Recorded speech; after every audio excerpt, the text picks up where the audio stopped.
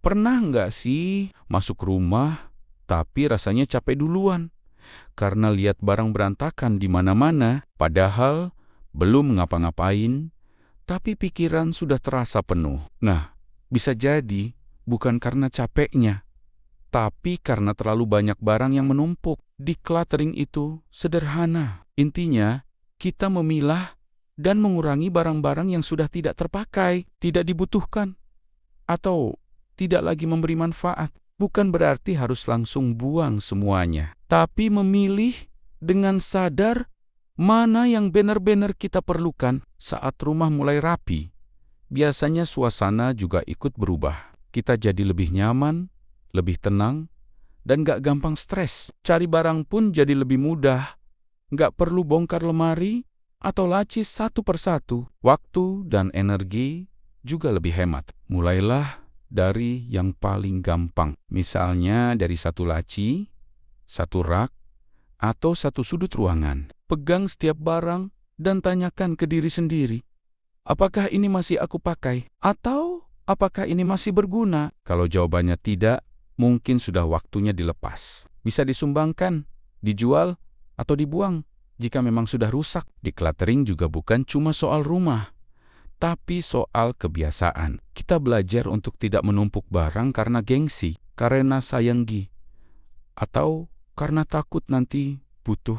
Justru dengan memiliki barang secukupnya, hidup terasa lebih ringan. Ingat, rumah yang rapi bukan soal mewah atau besar kecilnya, tapi soal kenyamanan. Ketika rumah terasa lega, pikiran pun ikut lega. Hidup jadi lebih tenang, dan aktivitas sehari-hari pun terasa lebih menyenangkan. Jadi, yuk mulai decluttering pelan-pelan. Nggak perlu sempurna. Yang penting konsisten. Sedikit demi sedikit, kamu akan merasakan sendiri manfaatnya.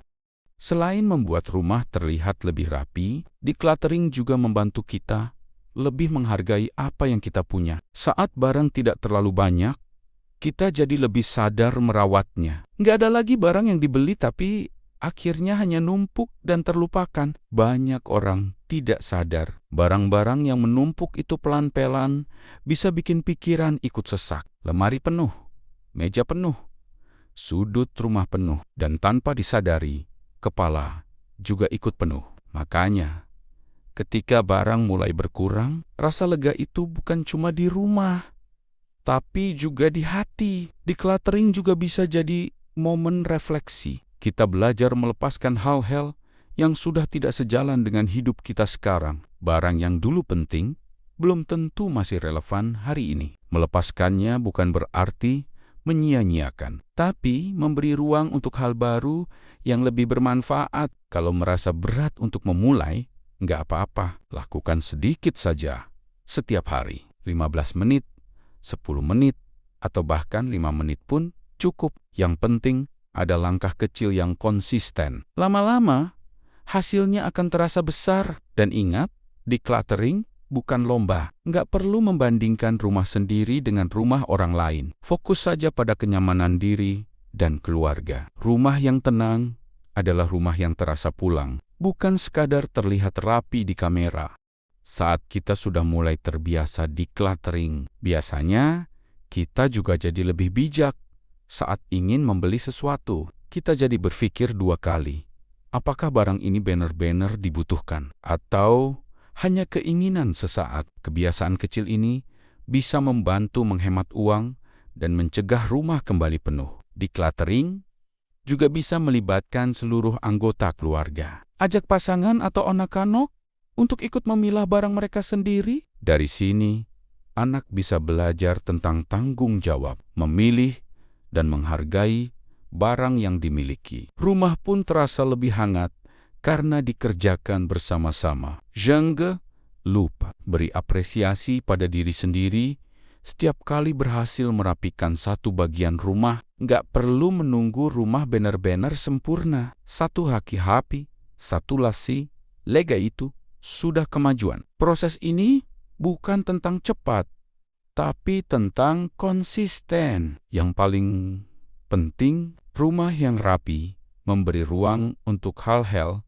baik masuk ke hidup kita. Lebih banyak ruang untuk istirahat, berkumpul, dan menikmati waktu bersama keluarga. Tanpa disadari, suasana rumah yang tenang bisa membuat kita lebih fokus, lebih sabar, dan lebih bahagia. Jadi kalau hari ini kamu merasa lelah, cemas, atau pikiran terasa penuh, mungkin kamu nggak butuh liburan jauh-jauh. Bisa jadi yang kamu butuhkan hanyalah membereskan sedikit barang di rumahmu. Decluttering juga mengajarkan kita tentang keikhlasan. Ada barang-barang yang mungkin punya kenangan, tapi sudah lama tidak dipakai. Menyimpannya terus belum tentu membuat kita bahagia. Kadang, justru dengan melepaskannya, hati terasa lebih ringan dan lega. Kita tidak harus menunggu rumah berantakan parah baru mulai beres-beres. Decluttering bisa jadi rutinitas kecil, misalnya seminggu sekali atau sebulan sekali. Dengan begitu rumah tetap terjaga rapi tanpa harus capek berlebihan. Rumah yang rapi juga mempengaruhi kualitas istirahat. Saat pulang ke rumah yang tertata, badan dan pikiran lebih mudah rileks. Tidur jadi lebih nyenyak. Bangun pun terasa lebih segar. Hal-hal sederhana seperti ini seringkali kita anggap sepele, padahal dampaknya besar. Perlu diingat, decluttering bukan berarti hidup serba kekurangan. Justru sebaliknya, kita belajar hidup dengan cukup barangnya, cukup ruangnya, dan cukup tenangnya. Dari situ, rasa syukur pun tumbuh dengan sendirinya. Pelan-pelan, rumah bukan hanya tempat menyimpan barang, tapi tempat untuk mengisi energi, tempat bercerita, tertawa, dan beristirahat. Ketika rumah terasa nyaman, hidup pun terasa lebih seimbang. Pada akhirnya, decluttering bukan tentang rumah yang terlihat sempurna, tapi tentang rasa nyaman saat kita menjalaninya. Ketika barang berkurang, ruang bertambah, dan hati pun ikut lebih lega. Kita jadi punya tempat yang benar-benar bisa disebut rumah, tempat untuk pulang dan menenangkan diri. Nggak perlu terburu-buru, lakukan pelan-pelan sesuai kemampuan. Sedikit demi sedikit, perubahan kecil itu akan terasa besar dampaknya. Rumah lebih rapi, pikiran lebih tenang, dan hidup pun terasa lebih ringan. Kalau kamu merasa konten ini bermanfaat, jangan lupa like, share ke orang terdekat, dan subscribe agar nggak ketinggalan konten sederhana yang bisa bikin hidup lebih nyaman. Terima kasih sudah menonton. Sampai jumpa di video berikutnya.